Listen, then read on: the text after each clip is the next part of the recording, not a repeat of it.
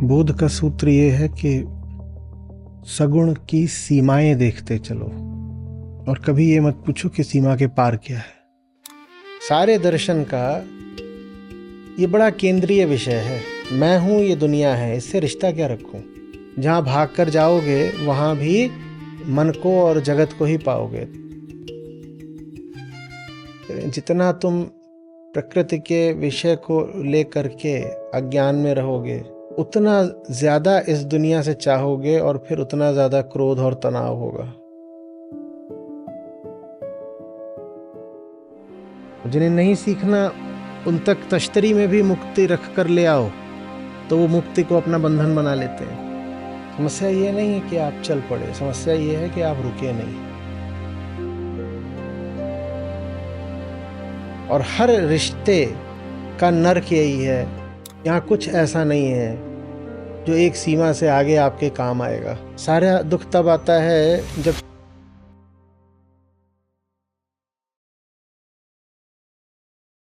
प्रकृति का, परम का, सगुण का, निर्गुण का संबंध बड़ी महीन बात है।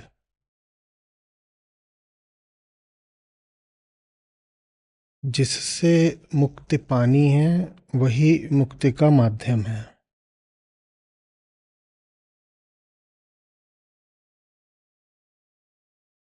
सगुण से मुक्ति पानी है तो सगुण ही माध्यम बनेगा। प्रकृति से मुक्ति पानी है तो प्रकृति ही माध्यम बनेगी।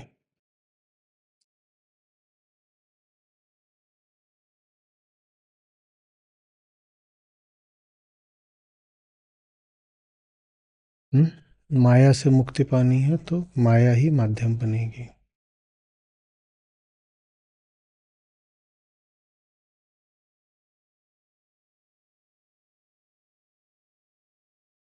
बड़े से बड़ा भ्रम हमें ये हो सकता है कि कुछ भी ऐसा है जो मन और माया से परे है। हम्म हम किसी मुक्त लोक या मुक्त अवस्था की कल्पना कर लेते हैं। जिस मुक्त अवस्था की हम कल्पना कर रहे हों वो बहुत बड़ा बंधन है।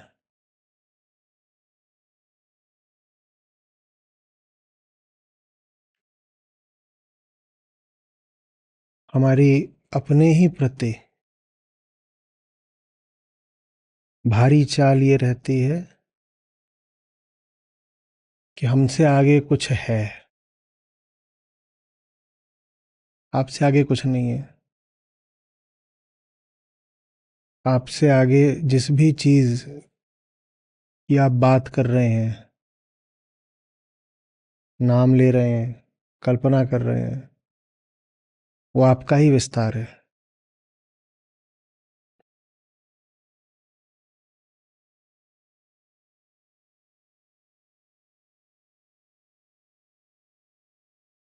मुझ में आ रही है।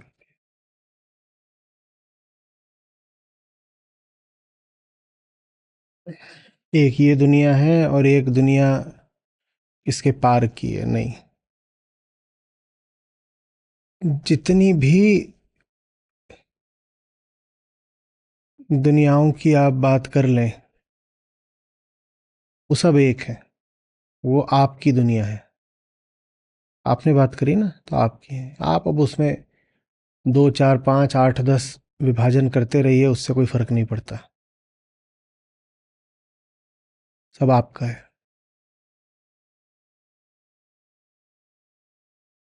समझा रही बात है।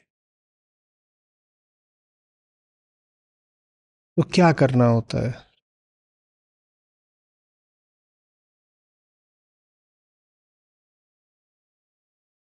बोध का सूत्र ये है कि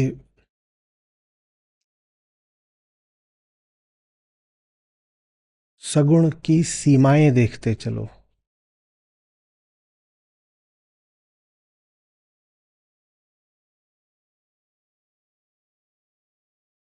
और कभी ये मत पूछो कि सीमा के पार क्या है। बस इतना स्वीकार करना काफी है कि सीमा है।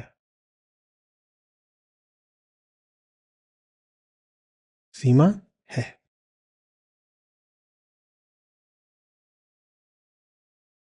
कुछ भी नहीं यहां जो सीमा से बंधा हुआ ना हो। हुँ? आज का जो सूत्र है वो बहुत अच्छा पाठ है, सबक है।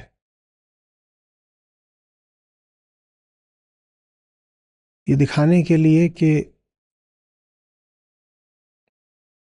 क्या रिश्ता है सगुण और निर्गुण में, जगत और मुक्ति में। ये कैसे बंधनों के बीच लगातार रहते हुए मुक्ति को याद रखा जाए बंधनों के ही माध्यम से।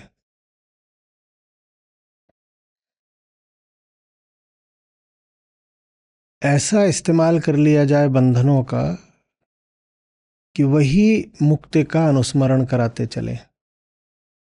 रिमाइंडर।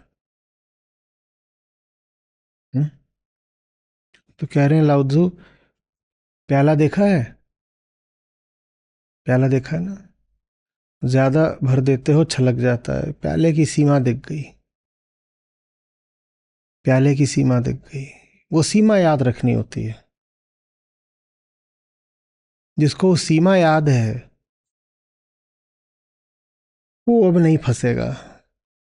क्योंकि फंसते आप तभी हो जब आप सीमित को असीम मान लेते हो। यही अविद्या है। सीमित को असीम मान लेना, अनात्मा को आत्मा मान लेना।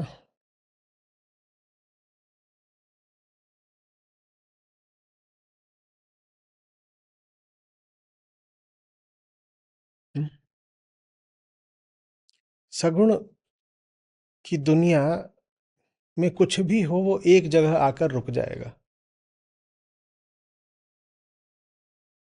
कहीं रुकना है ये याद रखो। सगुण की दुनिया में ऐसा नहीं कि चलना ही नहीं है। चल सकते हो, पर यह याद रखो कि रुक कहाँ पर जाना है। गति तो प्रकृति में लगातार होगी तो चलोगे तो, पर कहीं पर रुकना पड़ेगा। समस्या ये नहीं है कि आप चल पड़े, समस्या ये है कि आप रुके नहीं। याद नहीं रहा कि यहाँ तो जो कुछ है सब सीमित है। बड़ी लंबी चौड़ी आशा लगा ली, फिर चोट पड़ती है, दुख होता है। हम्म? लाओ त्सु कह रहे हैं ऐसी पैनी निगाह हो जाए। ये रोजमर्रा की चीजें हैं ये। प्याला, चाकू, छुरी, तलवार। वहां तलवार कह रहे हैं पर चलो, रसोई में साधारण चाकू तो होता है ना। ये रोजमर्रा की चीजें हैं। दृष्टि ऐसी हो जाए कि इनको ही देखने में जगत की, अपने अस्तित्व की, अहंकार की सीमाओं का उसे बार बार ध्यान आता रहे।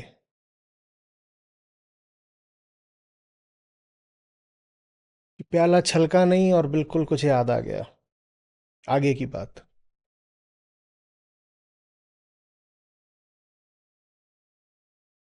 चाकू था, उसे एक सीमा तक घिसा तो धार तेज हुई।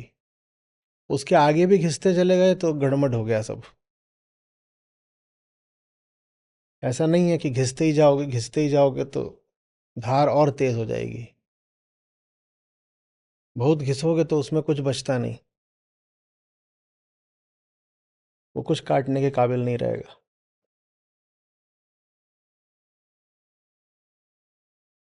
वे बहुत साधारण सी चीज है, पर जिनकी आंख सत्य को खोज रही होती है, वो लगातार असत्य का पर्दाफाश करते चलते हैं।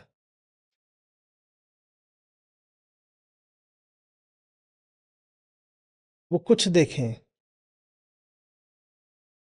प्याला, कपड़ा, दीवार, घड़ी, दरी, खंभा, गाड़ी, चश्मा, स्त्री पुरुष, बाल वृद्ध, पेड़ पौधे, वहां उनको दिखाई सीमाओं का खेल दे जाता है।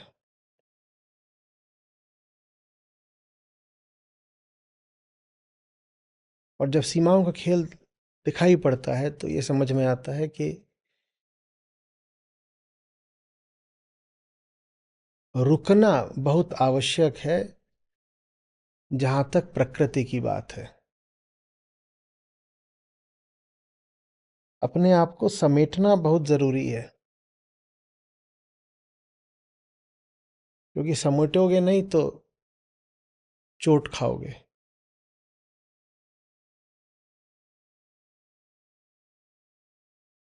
हम्म, तुम्हारी बात। कौन बहुत दूर तक जाता है, कौन आकाश की तरफ उठ जाता है, वो जो पृथ्वी पर ही दौड़ लगाता नहीं रह जाता। नहीं तो सारी ऊर्जा पृथ्वी के ही आयाम में व्यर्थ हो जाती है।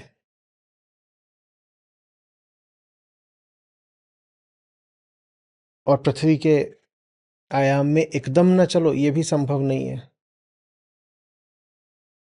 तो चलना है, पर विवेक का अर्थ है ये जान लेना कि अब जो चाल है, एक बिंदु ऐसा आ गया है जिसके बाद जो गति है वो निरर्थक है, वो छलकते प्याले जैसी है। चाय ढलती जा रही है, प्याला और भर नहीं रहा। इसका ये अर्थ नहीं कि चाय बिल्कुल नहीं डालनी है, डालो, पर पता रहे कि कितना है जो आकाश की दिशा में उपयोगी है। ऐसे समझिए जैसे हवाई जहाज।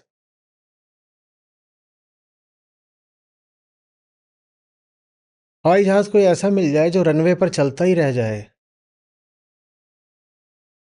तो बड़ी गजब बात होगी। वो चलता ही जा रहा है, चलता ही जा रहा है, रनवे वगैरह फांद करके सड़क पर आ गया है। हम्म, बेकार हो गया ना। सारी ऊर्जा वो कहाँ लगा रहा है? एकदम व्यर्थ गया। और कोई ऐसा है जो कह रहा है कि सीधे ऊपर को उठूंगा, मैं रॉकेट हूं, मैं हेलीकॉप्टर हूं, तो वो भी व्यर्थ हो गया। बहुत आवश्यक है कि प्लेन गति करे, पर उतनी ही गति करे जितनी आवश्यक है ऊपर उठने के लिए। और उतनी गति वो जरूर करे, उतनी गति वो जरूर करे जितने में वो ऊपर उठ जाएगा, ना उससे ज्यादा ना उससे कम। समझ रहे हो? यही विवेक है जानना। प्रकृति के साथ सही रिश्ता क्या बनाकर रखें। सारे दर्शन का ये बड़ा केंद्रीय विषय है। मैं हूं, ये दुनिया है, इससे रिश्ता क्या रखूं? लाउत्जू कह रहे हैं न भाग सकते हो न लिपट सकते हो। लिपटना कहां से आता है? लिप्त होने से। लिप्त ही लिपट बन जाता है। तो ना भाग सकते हो ना लिपट सकते हो। भाग कर सोचोगे कहीं और चले गए, और हमने कहा कि ये मन की बड़ी से बड़ी चाल होती है कि कोई और जगह है मन के अलावा, जहाँ भाग कर जाओगे वहाँ भी मन को और जगत को ही पाओगे, तो भागने से कोई प्रयोजन नहीं,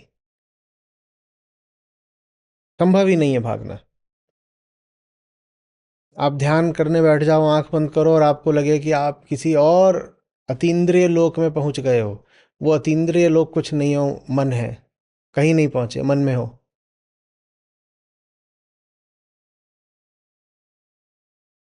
हम्म। तो मैं कई बार आपसे कहता हूँ ना, ब्रह्मांड के पार क्या है? ब्रह्मांड, और क्या? ब्रह्मांड का ही विस्तार है, और क्या है? कल्पना के आगे क्या है? और बहुत सारी कल्पना। शब्दों के आगे क्या है?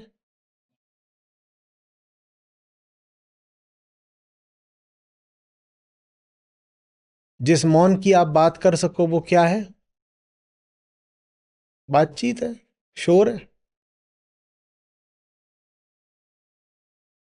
जिस आत्मा की आप बात कर सको वो क्या है? अहंकार है, और क्या है? जिस मुक्ति की आप बात कर सको वो क्या है? बंधन है, और क्या है? तो मुक्ति की ओर भागना संभव नहीं है। कहते हो आप कि मैं बंधन में हूं, मैं मुक्ति की ओर भाग जाऊं, नहीं। जिस मुक्ति की ओर आप भागोगे वो क्या होगी? वो बंधन होगी। तो भागना संभव नहीं है। तो प्रकृति से जब रिश्ते की बात आती है तो उसमें पलायन संभव नहीं है। आप बंधन लेकर के जहां को भी भागोगे, आप बंधन में ही रहोगे। तो भाग तो सकते नहीं। जब इस जगत से, दुनिया से रिश्ते की बात आती है, उसमें भागना संभव ही नहीं है। बात नैतिकता वगैरह की नहीं है। बात जिम्मेदारी निभाने की नहीं है कि भाई जिम्मेदारियां हैं ना इसलिए नहीं भाग सकते। तो नैतिकता, एथिक्स, मोरालिटी, रिस्पॉन्सिबिलिटी, इनकी बात नहीं है। बात प्रैक्टिकलिटी की है, व्यवहारिकता की है।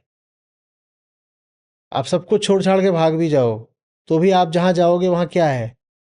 मन से भागोगे, जहां भी जाओगे वहां मन को पाओगे। जगत से भागोगे, जहां भी जाओगे वहां बंधन से भागोगे, जहां भी जाओगे स्वयं से भागोगे, जहां भी जाओगे स्वयं को पाओगे। तो व्यवहारिक ही नहीं है, असंभावना है, कर ही नहीं सकते। तो जब प्रकृति से रिश्ते की बात आती है, माने मैं इंसान हूं, मैं पैदा हुआ इस दुनिया में, इस दुनिया से क्या रिश्ता रखना है, उस रिश्ते की बात में भागना सबसे पहले असंभव है। अब भागना नहीं तो क्या करें फिर, जब भाग सकते ही नहीं और इसी में जीना, इसी में मरना, अंदर भी वही बाहर भी वही, दुनिया ही दुनिया है, तो क्या करें? लिप्त हो जाए? नहीं। संबंध तो बनाना है, पर साफ पता होना चाहिए कि यहां मामला सीमाओं का है। तो हर संबंध की सीमा याद रखनी होगी। हर संबंध की सीमा याद रखनी होगी। जैसे प्याले में चाय डालते समय प्याले की सीमा याद रखनी होती है, यहाँ कोई संबंध आपको असीम तक नहीं ले जा सकता। इसका मतलब ये नहीं कि संबंध बनाना ही नहीं है, बनाओ संबंध, पर याद रखो कि उसकी हकीकत क्या है। क्यों नहीं हम प्याले में चाय डालेंगे, मस्त होती है, पियेंगे, पर भूल थोड़ी जाएंगे कि प्याले का आकार क्या है। हम्म। सारा दुख तब आता है जब छोटी चीज से बहुत बड़ी उम्मीद कर लेते हो। और हर रिश्ते का नर्क यही है। हर रिश्ता प्रकृति में ही तो होता है ना, जीव और जगत के बीच में होता है। आप हो, दुनिया है, दुनिया में आपने कोई विषय पकड़ा, उसे रिश्ता बनाया। हर रिश्ते का नर्क यही होता है कि भूल जाते हो कि जो भी कोई सामने है वो आपको कितना भी बड़ा लग रहा हो, कितना भी अद्भुत लग रहा हो, वो चीज बहुत छोटी है। छोटे प्याले को कुआं मान लेते हैं, और फिर उसमें डाल रहे हैं, सोच रहे हैं तो कुआं है, अथाह, अतल। हम्म। और जब छलकने लग जाता है, हाय हाय, अपने ही ऊपर गर्मा गर्म चाय गिरती है तो राहिमाम। समझ में आ रही बात ये? यहाँ कुछ ऐसा नहीं है जो एक सीमा से आगे आपके काम आएगा, और वो सीमा बड़ी व्यवहारिक है।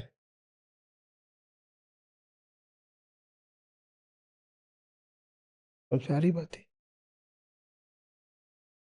जैसे ही उस सीमा का उल्लंघन किया, दुख पाओगे। और उल्लंघन का लक्षण क्या होता है?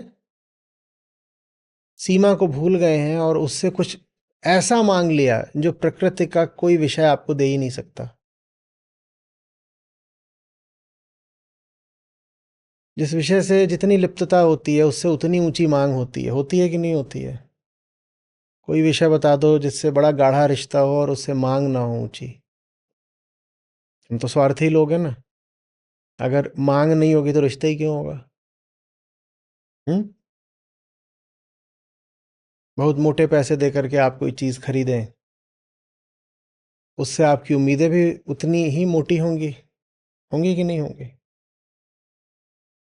किसी संबंध में आप बहुत सारे समय का और भावनाओं का निवेश करें, इतना क्रोध आएगा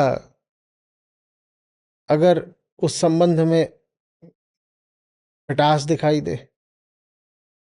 किसी व्यक्ति में आपने बहुत सारी भावनाएं जा करके निवेशित कर दी हैं और समय दे दिया है, पहचान बिल्कुल मिश्रित कर ली है। हम तुम एक से, हम तुम एक बराबर, हमारा तुम्हारा एक नाम।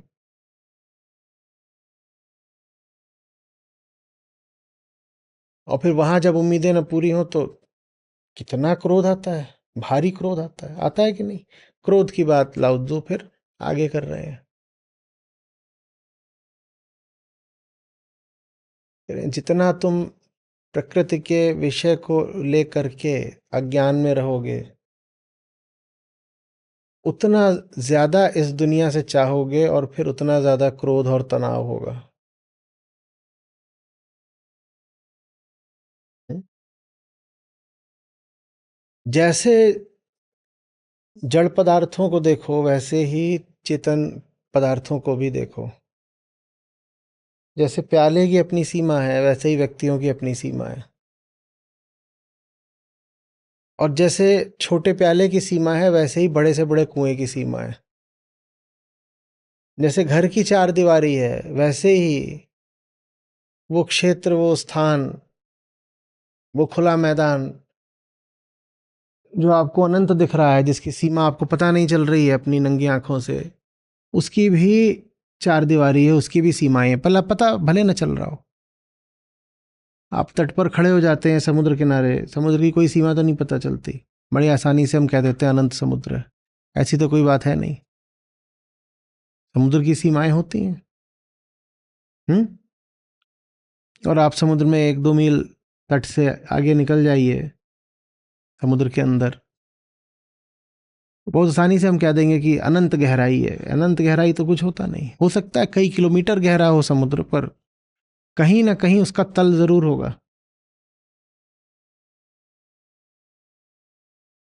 वो याद रखना होता है। यहाँ कुछ भी ऐसा नहीं जो एक बिंदु से आगे जाए, अतः यहाँ कुछ भी ऐसा नहीं जिससे बहुत उम्मीदें लगाई जा सकती हो।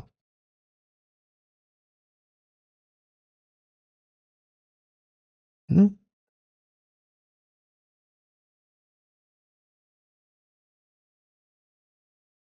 एक बहुत सुंदर मुहावरे से लाउद्दू हमारा फिर परिचय कराते हैं अंत आते आते। कहते हैं, पीछे हटना, पीछे हटना।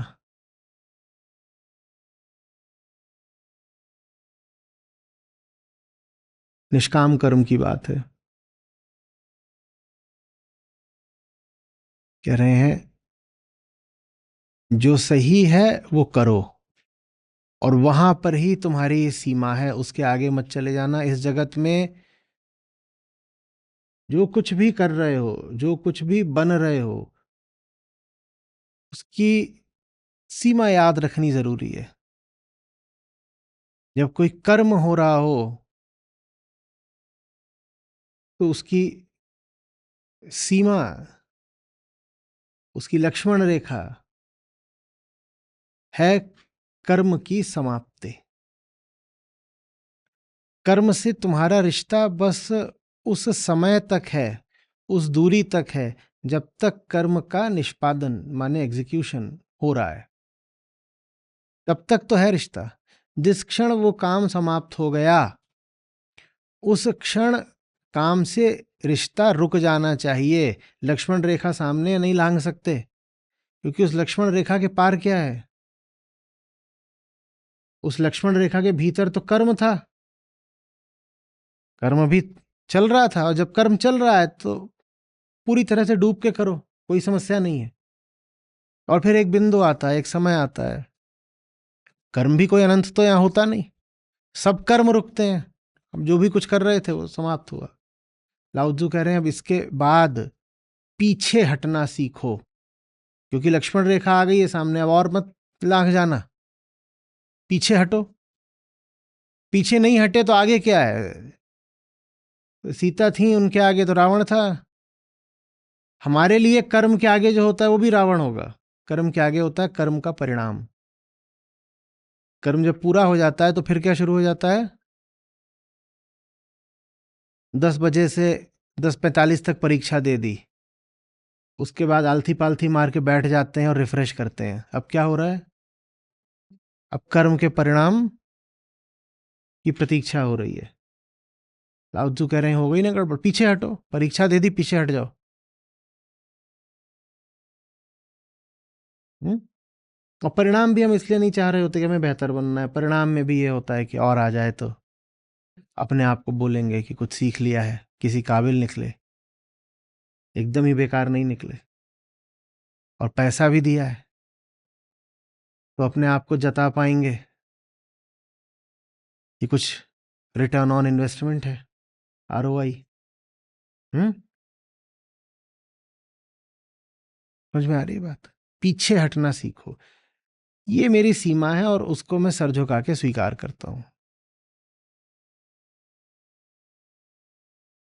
इसके आगे जाना जो होगा उसी को कहते हैं मर्यादा का उल्लंघन। मर्यादा का अर्थ ही नहीं होता कि किसी ने नैतिक आचरण सिखा दिया, उसको कह दिया मर्यादा। मर्यादा का वास्तविक अर्थ यही है।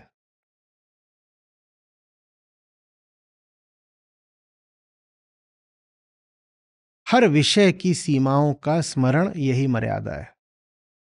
उसके आगे अगर खींच रहे हो तो दुख का निर्माण कर रहे हो। अमर्यादा माने दुख।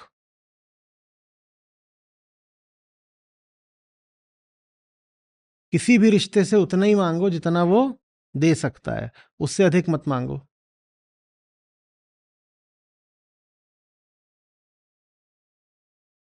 तो लाउद्दू क्या कह रहे हैं? पीछे हटो, पीछे हटो। सुंदर बात है ना? अपना कर्म करें फिर पीछे हट जाएं, यही शांति का मार्ग है।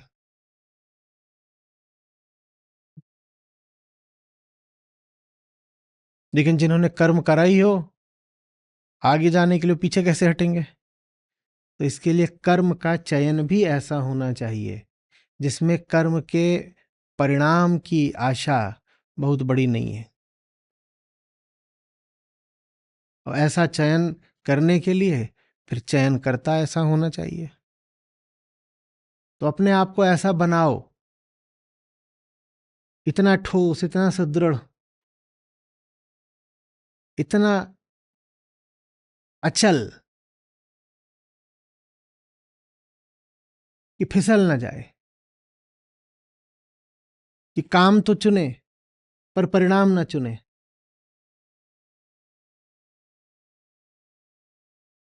ये ठीक है इसलिए कर रहा हूं,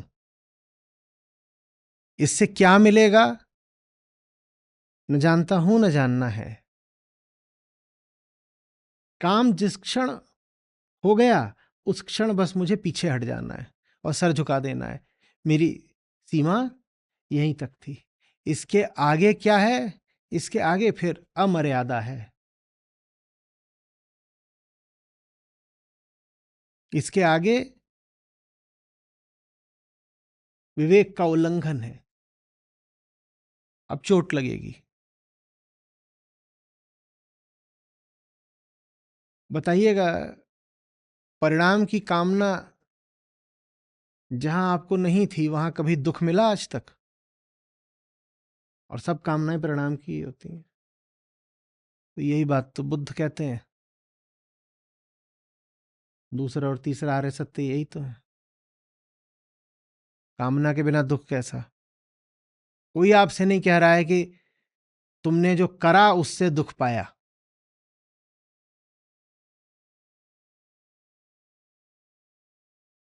कर्म में दुख नहीं होता है, कर्म से परिणाम की आशा में दुख होता है।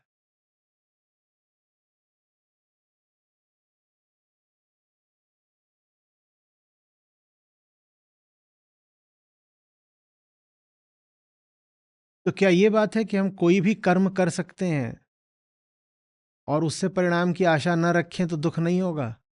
सुनने में ठीक लग रहा है, ठीक है नहीं। क्योंकि बात तो कर्ता की है ना, बात अहंकार की है। वही होता है जो पहली बात कर्म को चुनता है और दूसरी बात कर्म से परिणाम की उम्मीद रखता है। वही होता है ना। तो क्या कर्म करा? कर्म का चुनाव।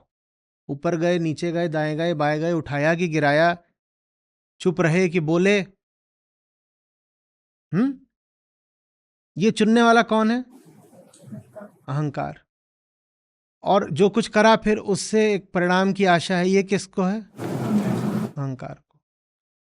तो एक ही है जो कर्म का चुनाव करता है और फिर कर्म से परिणाम मांगता है। एक ही है वो, है ना। तो अगर वो गलत कर्म का चुनाव कर रहा है तो फिर वो एक और गलती भी करेगा, वो परिणाम भी मांगेगा।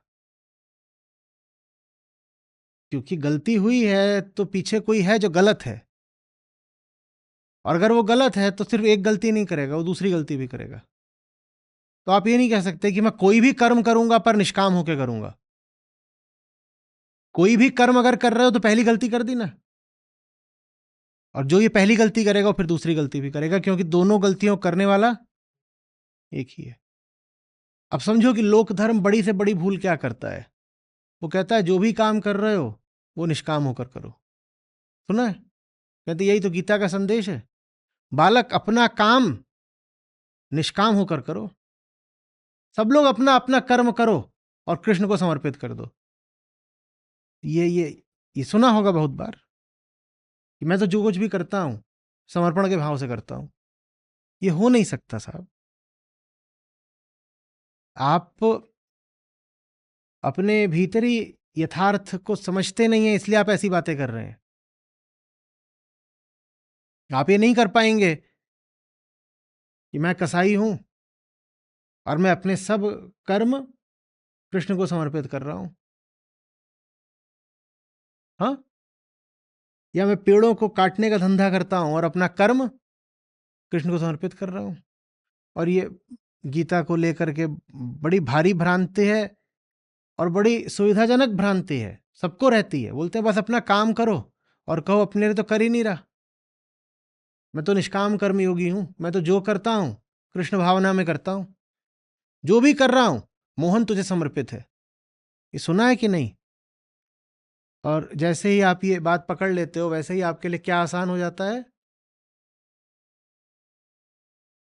जैसे ही पकड़ते हो क्या आसान हो जाता है?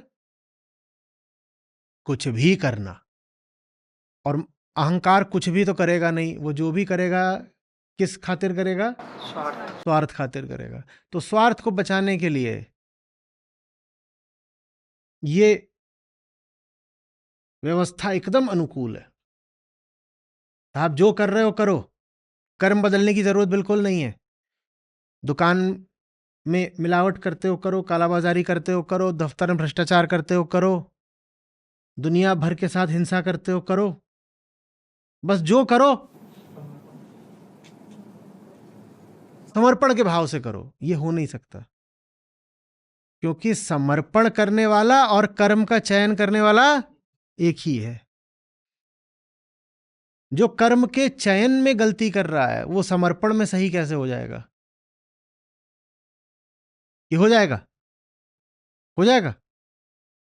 अगर उसे कर्म के परिणाम की आशा छोड़नी ही होती तो उसने वो कर्म चुना ही क्यों होता जो उसने चुना है?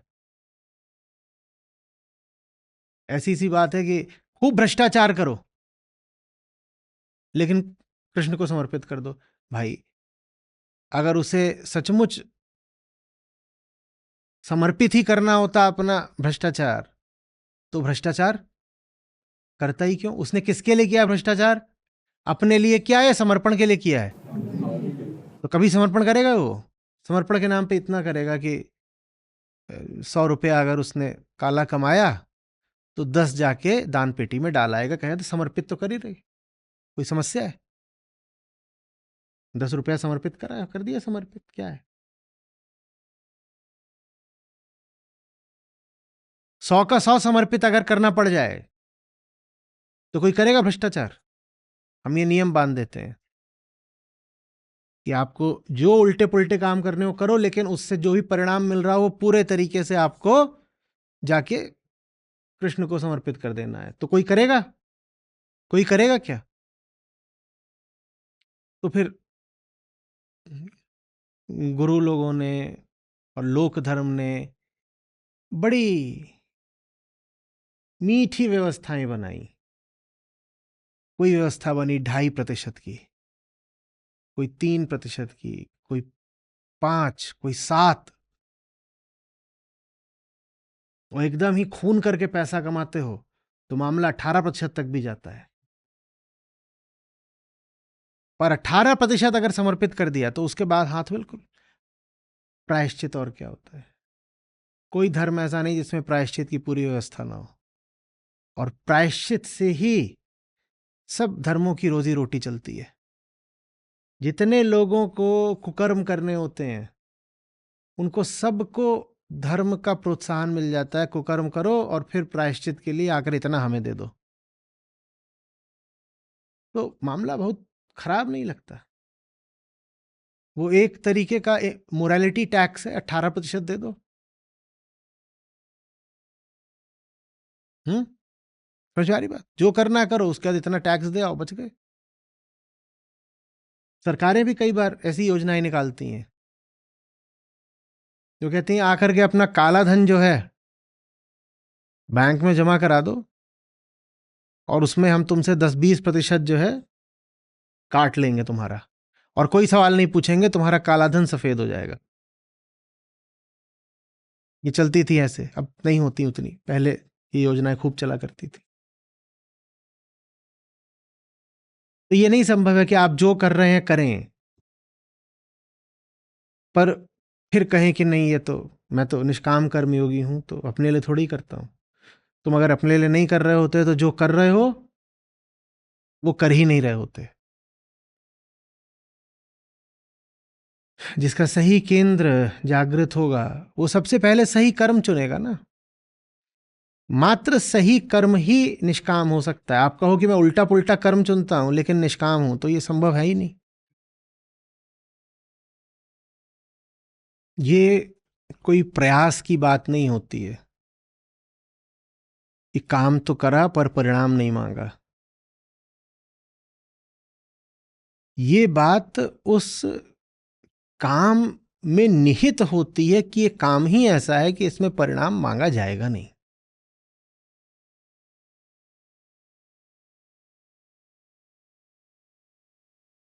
सब काम ऐसे होते ही नहीं है कि काम तो है पर परिणाम नहीं है। वहां काम रुकता ही नहीं काम होने के साथ, वहां काम अनंत भविष्य में जाता है, कल्पना बनकर, परिणाम की आशा बनकर। काम कभी खत्म ही नहीं होता।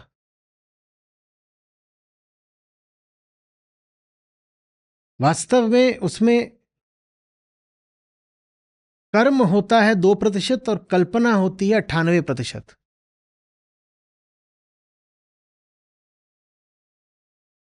कि जैसे किसी ने 2 मिनट कोई काम करा हो और फिर 2 घंटे बैठ करके पगार का इंतजार कर रहा हो। काम कितना था? 2%। और कल्पना कितनी है? 98%। यहां तो फिर भी 98 पे मामला रुक गया। हमारा भविष्य तो कहीं भी नहीं रुकता। भविष्य तो हमारा इतना जबरदस्त है कि वो मृत्यु के पार भी चला जाता है। आप भविष्य के मृत्यु पर भी रोकते, अब कहते नहीं अगला जन्म होगा, उसका अगला भी होगा, उसका अगला भी होगा। कितनी योनियां बनाई हैं, अनंत भविष्य बना दिया। कर्म रुकता ही नहीं। वो परिणाम उसका पता नहीं किस सुदूर भविष्य में स्थापित है। परिणाम कहीं मिलना तो है नहीं, तो भविष्य बढ़ता चला जाता है। परिणाम भी अगर मिल जाए तो परिणाम की आशा रुक जाएगी ना। परिणाम भी कभी मिलता नहीं, तो भविष्य अनंत खिंचता है, अनंत। ये कर्म की प्रकृति में निहित बात होती है कि ये जो कर्म शुरू कर रहे हो ना, ये कर्म अब खींचेगा, लंबा जाएगा, कभी समाप्त नहीं होगा, क्योंकि सकाम कर्म है। निष्काम कर्म अकेला होता है जो समाप्त हो जाता है। वो कब समाप्त होता है? जब कर्म समाप्त हो गया तो कर्म समाप्त हो गया। पर जिसे कर्म से कुछ चाहिए उसका कर्म कभी समाप्त नहीं होता। यही कर्म बंध है।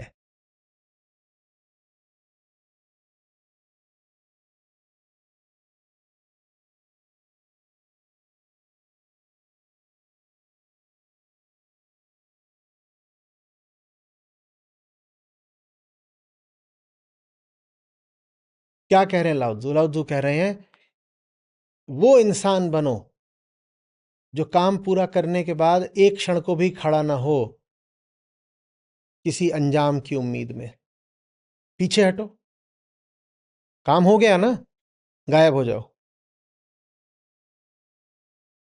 काम करने आए हैं, भीख मांगने थोड़ी आए हैं। कोई बैठा भी हो तथाकथित परिणाम देने वाला, बांटने वाला, तो काम जैसे ही पूरा हो और वो नजर उठा के देखे किसने किया, उसे कुछ नजर ना आए, आप हैं ही नहीं वहां पर, आप जा चुके हैं। आपके पास करने को अभी बहुत कुछ और है। आप अगले सार्थक कर्म में प्रवेश करेंगे। आप खड़े खड़े अब मुआवजा या मेहनताना थोड़ी मांगेंगे। इतना श्रम कराए, मेहनताना मिलना चाहिए। नहीं, जो करा वो अपने आप में पर्याप्त था। और हम जानते हैं कि हमारी सीमा क्या है, हम उसका उल्लंघन नहीं करेंगे। क्या सीमा है? काम पूरा हो गया है लेकिन दिमाग में अभी भी काम चल रहा है, ये सीमा का उल्लंघन हो गया है। काम की समाप्ति काम की सीमा है।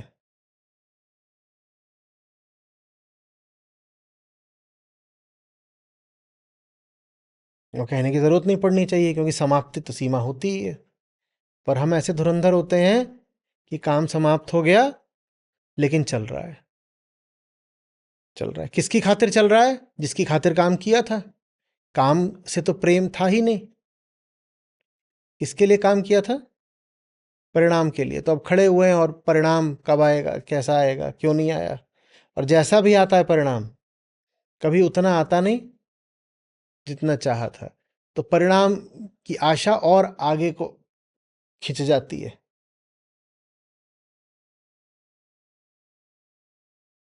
अगला कर्म पैदा हो जाता है। पिछले कर्म की विफलता अगले कर्म की अम्मा बन जाती है।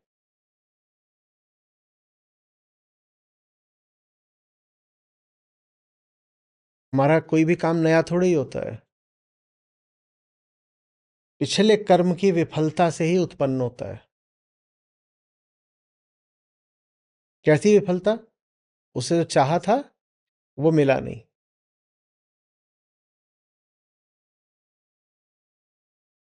एक बार को पूरे गए हो गए होते तो अगला सकाम कर्म क्यों करते?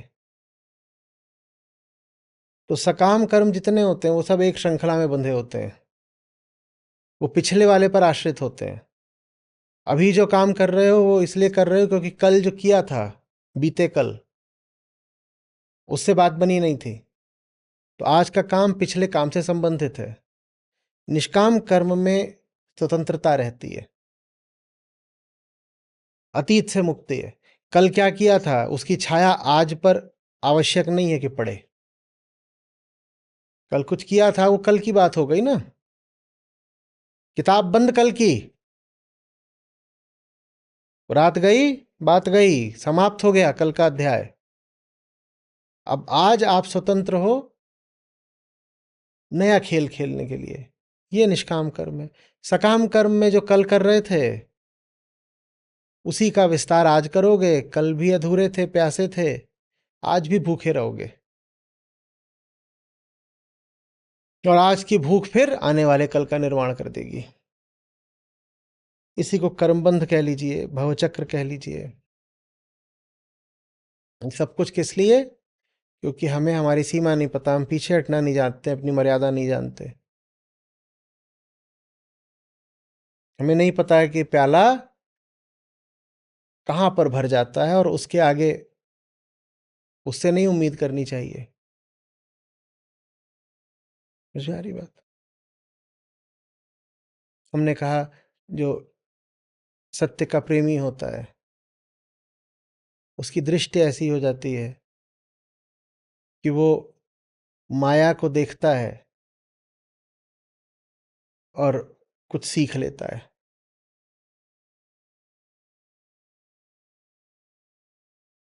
हुँ? वो साधारण चीज़ों को देखता है और उसमें उसे असाधारण बोध हो जाता है। जैसे सृष्टि स्वयं गुरु बनकर उसको कुछ पढ़ाना चाहती हो।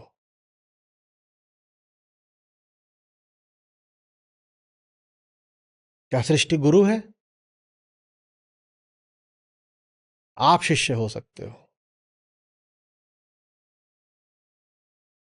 सृष्टि कोई चेतना वगैरह लेके नहीं बैठी है, ना वो चुनाव करती है। ये वाला आ रहा है, ये बड़ा टकला प्यारा लग रहा है, चलो इसको कुछ खास सबक सिखाते हैं। हम्म। तो वो गुजरा पेड़ के नीचे से, तो पेड़ पे तोता मैना बैठे थे, उन्होंने इंसान की भाषा में उसको पाठ पढ़ाना शुरू कर दिया। ऐसा कुछ नहीं होता। सृष्टि अगर गुरु है तो सबके लिए है। जिंदगी अगर सिखाती है तो उसके पाठ सबको उपलब्ध हैं। प्रश्न ये है कि आप शिष्य हैं कि नहीं। जब आपका प्रेम, आपका शिष्यत्व बन जाता है तो जिंदगी में सब कुछ आपको पढ़ाना शुरू कर देता है। आप किधर को भी देखो वहां एक पाठ रखा होता है और आप मुस्कुराते हो, कहते हो वाह बढ़िया बात। अनपेक्षित जगह पर इतना सीखने को मिल गया। चीज जरा सी है पर उसमें कितना ऊंचा सत्य बैठा हुआ है। और जहां देखें वहां ही एक ही सत्य का प्रतिबिंब दिखाई दे रहा है। ऐसा लग रहा है सब कुछ रचा ही गया है हमें सिखाने के लिए। नहीं, आपको सिखाने के लिए तो नहीं रचा गया है, पर आप सीखने वाले हो जाओ तो सब कुछ सिखाने लग जाता है। अगर सचमुच सोद्देश्य रचा गया होता तो उनको भी सिखा देते जो सीखना नहीं चाहते। जो सीखना चाहते हैं उनके लिए चाहे प्याला हो कि तलवार हो कि चक्की हो कि ऐनक हो कि टोपी हो कि कलम हो, तो सीखना चाहते हैं उनके लिए सब गुरु बन जाते हैं। जिंदगी किसी उच्चतम ग्रंथ हम्म, की खुली पुस्तक बन जाती है। और जिन्हें नहीं सीखना उनके सामने अगर तुम ग्रंथ भी खोल कर रख दो तो वो उसमें भी माया ही खोज लेते हैं। क्या मजेदार बात है। जो सीखने को तत्पर होते हैं उनके लिए माया ग्रंथ बन जाती है। जिन्हें नहीं सीखना, वो ग्रंथों को भी माया बना डालते हैं। जिन्हें सीखना है उनके लिए बंधन मुक्ति का द्वार बन जाते हैं। जिन्हें नहीं सीखना, उन तक तश्तरी में भी मुक्ति रख कर ले आओ तो वो मुक्ति को अपना बंधन बना लेते हैं।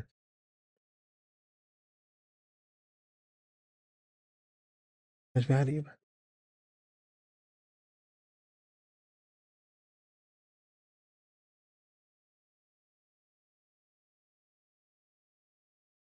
कोई जगह विशेष नहीं होती। आपकी दृष्टि ऐसी होनी चाहिए कि हाँ, मुझे जानना है, मुझे सीखना है। कोई पहाड़, कोई नदी, कोई झरना, कोई खास ऐसी जगह नहीं होती कि वहां दैवीयता का एक विशेष क्षेत्र है। कुछ नहीं। ये जितनी बातें हैं ना,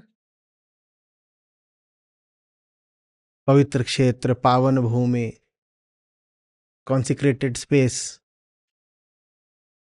पागलपन, कुछ नहीं है।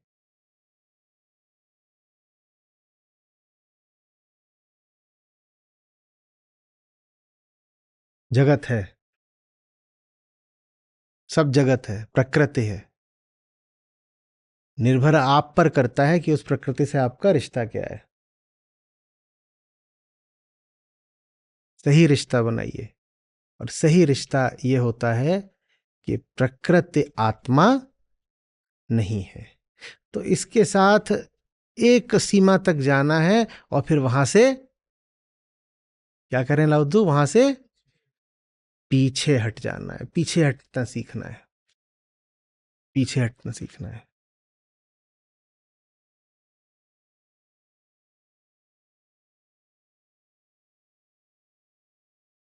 समझ रहे हो बात को? एक बार मैंने लिखा था,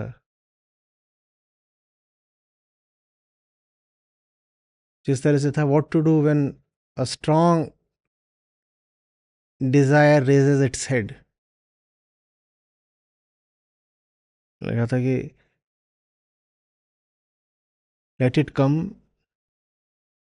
sit with it, play with it, dance with it, and then suddenly dismiss it.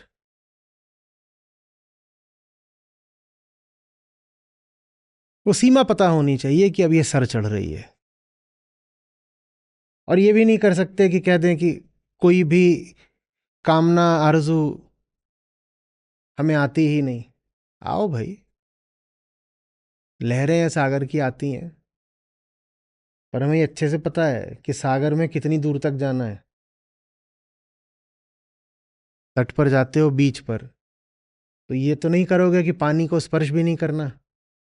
पर ये भी नहीं करते कि 500 मीटर अंदर घुस गए। 500 मीटर छोड़ो, 100 मीटर भी अंदर कौन घुसा है भाई। और ये भी नहीं कहोगे कि अरे नहीं नहीं, छूना नहीं है। तो रिश्ता तो बनाना है, पर सीमा पता होनी चाहिए। जो कहें रिश्ता बिल्कुल नहीं बनाना, बस हम यहाँ खड़े होकर देखेंगे, बच तो वो भी नहीं पाएंगे। खड़े होकर देख रहे उतने में लहर आएगी, गीले तो हो ही जाओगे। भागते भागते गीले हो जाओगे, क्योंकि धोखा हो गया। हम खड़े थे, ये अचानक से आ गई इतनी बड़ी जोर से और चप्पल में रेत भर गई। अब चप्पल में रेत भरने की शिकायत करने से तो अच्छा है कि स्वयं अपनी मर्जी से ही प्रवेश कर गए होते। प्रवेश का लेकिन ये नहीं मतलब है कि 100 मीटर अंदर घुस जाना है। सीमा पता होनी चाहिए। मुझ पे आ रही बात है। सीमा क्या है? जहां कर्म समाप्त हो गया है और कामना शुरू हो रही है, वहीं पर सीमा खिंची हुई है। जहां तथ्य समाप्त हो गया है और कल्पना शुरू हो रही है, वहीं पर सीमा खिंची हुई है। प्याले में चाय आ सकती है, ये क्या है? तथ्य है। प्याले में 2 लीटर चाय आ सकती है, ये क्या है? तो सीमा कहाँ खिंची है? जहां तथ्य समाप्त होता है और कल्पना शुरू होती है। बिल्कुल संपर्क में रहो तथ्य के। जो तथ्य के संपर्क में है वो धोखा मार नहीं खाता।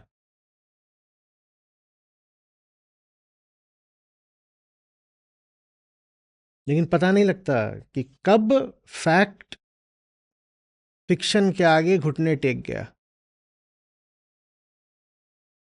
हम्म।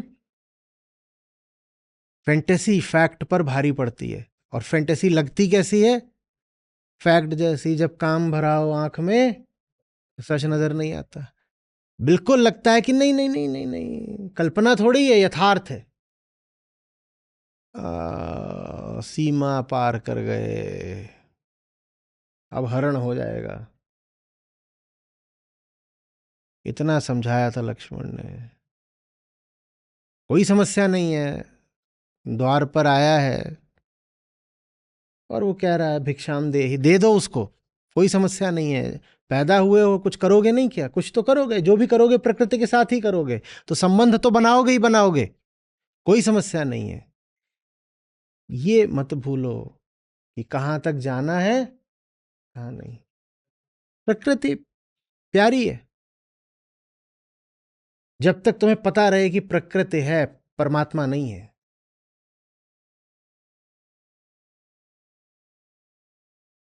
जगत बढ़िया चीज है, कोई समस्या नहीं है, जब तक ये ना सोचने लग जाओ कि जगत ही नियति है।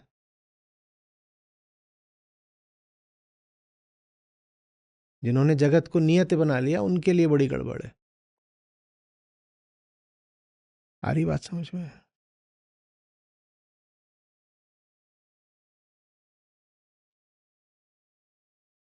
निष्कामता का सूत्र यही है। यदि फंसे हुए हैं तो कर्म वो करना है जिससे फांस कट जाए।